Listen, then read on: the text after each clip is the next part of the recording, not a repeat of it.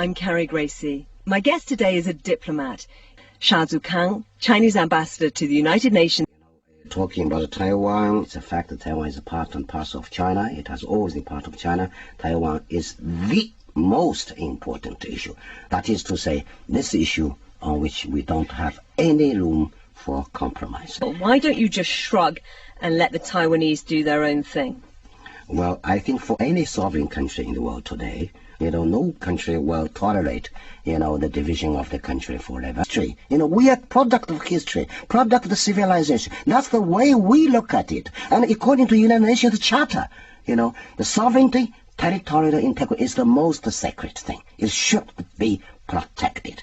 We treat territorial integrity more important than our lives.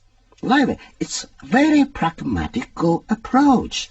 No force on the world can shake Chinese nation's determination to achieve the unification of my great motherland. Let me say, the moment it declares independence by Taiwan, supported by whoever, China will have no choice. We'll do the business through whatever means available to my government. Nobody should have illusion on that. This obsession about Taiwan, it constrains your foreign policy. It forces you into straitjacket of talking about certain kinds of reactions which would inevitably profoundly damage the economic development that's been so central to the Chinese project for the past 30 years. Economic development, we want it. Because without economic development, you cannot do anything else. It's very, very important. China is a developing country. To improve the standard of living of our people is the priority job of my government. And yet, if you go to war over Taiwan, then we go to war, but if we have to choose between sovereignty, territorial integrity, and economic development, we will choose the maintenance of state sovereignty and territorial integrity. This is the other core interest. But once we have achieved this integrity, we still have time to build our economy. But if China is forced to choose, I told you, we'll choose the territorial integrity. Well, it's a high price to pay for a few square kilometers, miles from you are right. You are right. I said at any cost. It's not a matter of how big Taiwan is, how useful it is. But for China, 1 inch of the territory is more valuable than the life of our people. We will never concede on that. About military might. China's leaders talk about peaceful development. Why then is China building up its military forces so assertively? China's military power or build-up military power is very much exaggerated. China is a huge country which, like any sovereign country, is entitled to national defense. And our military budget is very moderate, particularly in terms of per capita income. It's very, very low in the world. And yet the American Defense Secretary Donald Rumsfeld says that China is spending more than the government acknowledges, that it's expanding its missile capabilities, developing advanced military technology. And he says, why pour all this money into the military at a time when China needs as much as it can for its economic development, at the same time as China faces no threat from any other country? That's we don't need anyone to preach and teach us, and no one in the world is qualified to teach and preach China.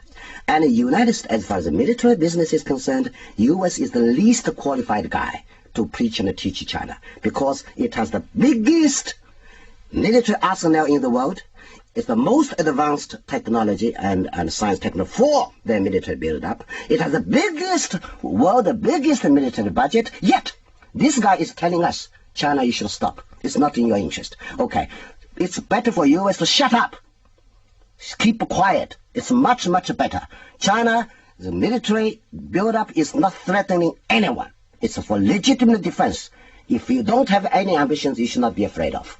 You read our history. China have not sent any. So we are not fighting anywhere. We are not killing the innocent people anywhere in the world today. But look what they are doing today. So, and we have to be careful to make sure no one in the world can harm China.